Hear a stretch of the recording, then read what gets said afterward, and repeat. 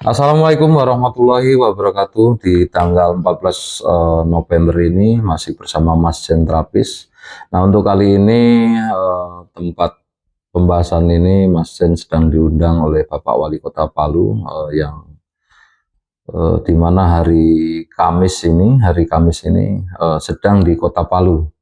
Nah, jadi untuk pembahasan kali ini Mas Jen akan meneruskan pembahasan yang seputar pencernaan. Jadi yang mau dibahas untuk saat ini adalah fungsi usus besar dan fungsi usus penampungan atau rektum.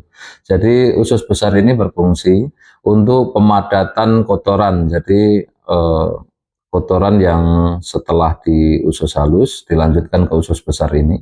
Nah, jadi itu fungsi daripada usus besar ini untuk pemadatan kotoran. Nah, selain dari pemadatan kotoran juga di usus besar ini ada bakteri baik atau bakteri bagus yang fungsinya untuk mencerna sisa-sisa makanan yang belum diserap, sari-sarinya yang belum diserap oleh usus halus. Nah, jadi bakteri ini berfungsi untuk mencerna kembali, membantu pencernaan kembali. Nah, cuman untuk di usus besar ini disinilah timbul yang namanya hasil sisa pencernaan tadi, gas. Nah, yang disebut juga gas ini diteruskan ke anus yang disebut juga dengan kentut. Nah, kentut ini jadi untuk mengetahui sehat atau tidak sehat usus besar kita ini bisa dilihat dari proses gas dalam perutnya atau intensitas kentut dalam seharinya. Jadi ketika kita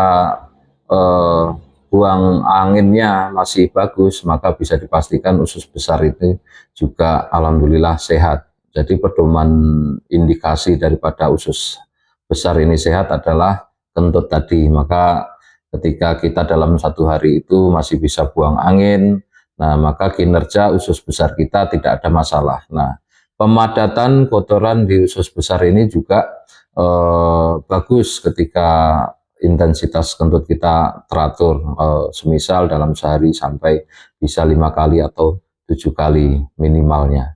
Nah, tapi kalau gasnya berlebihan berarti ada makanan yang mungkin susah dicerna oleh bakteri atau susah diuraikan oleh bakteri. Nah, itu fungsi dari usus besar untuk pemadatan kotoran.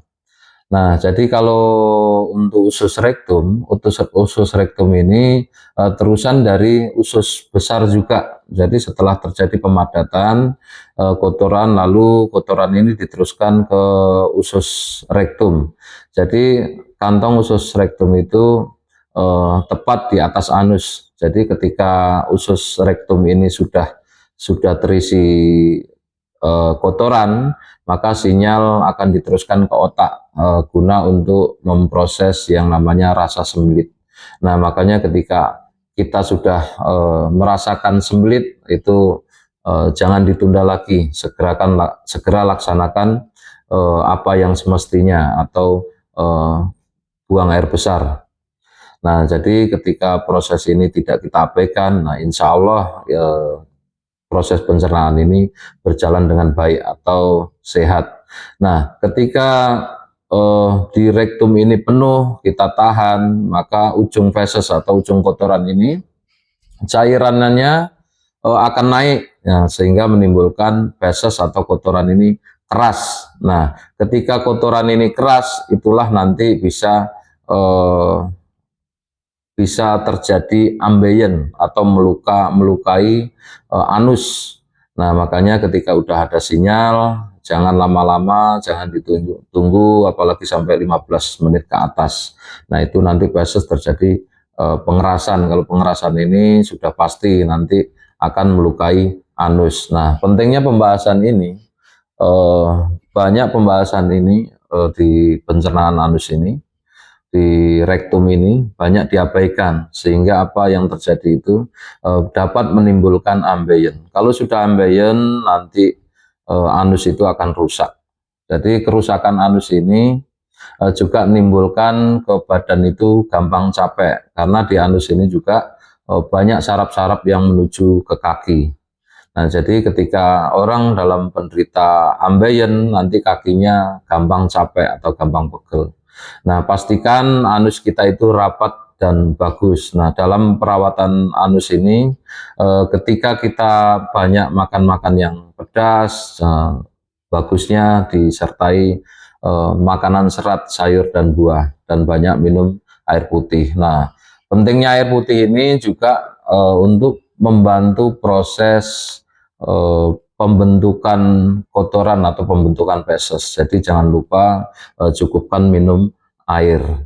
Nah, ketika nanti cukup minum air, maka kotoran kita juga sempurna. Nah, ciri-ciri kotoran yang tidak sempurna itu juga putus-putus atau pecah. Itu tandanya pencernaan kita kurang baik atau kurangnya bakteri baik di dalam usus besar. Jadi pembahasan untuk di 14 November ini, Mas Jen membahas masih seputar pencernaan. Nah, jadi mungkin untuk pencernaan ya titik akhirnya ini adalah di anus. Nah, nanti untuk berikut penjelasan berikutnya atau next videonya mungkin untuk pencernaan sudah selesai. Mungkin untuk ngulas-ngulas saja. Nanti pindah ke pembahasan otak, pembahasan jantung, organ-organ yang bukan pencernaan.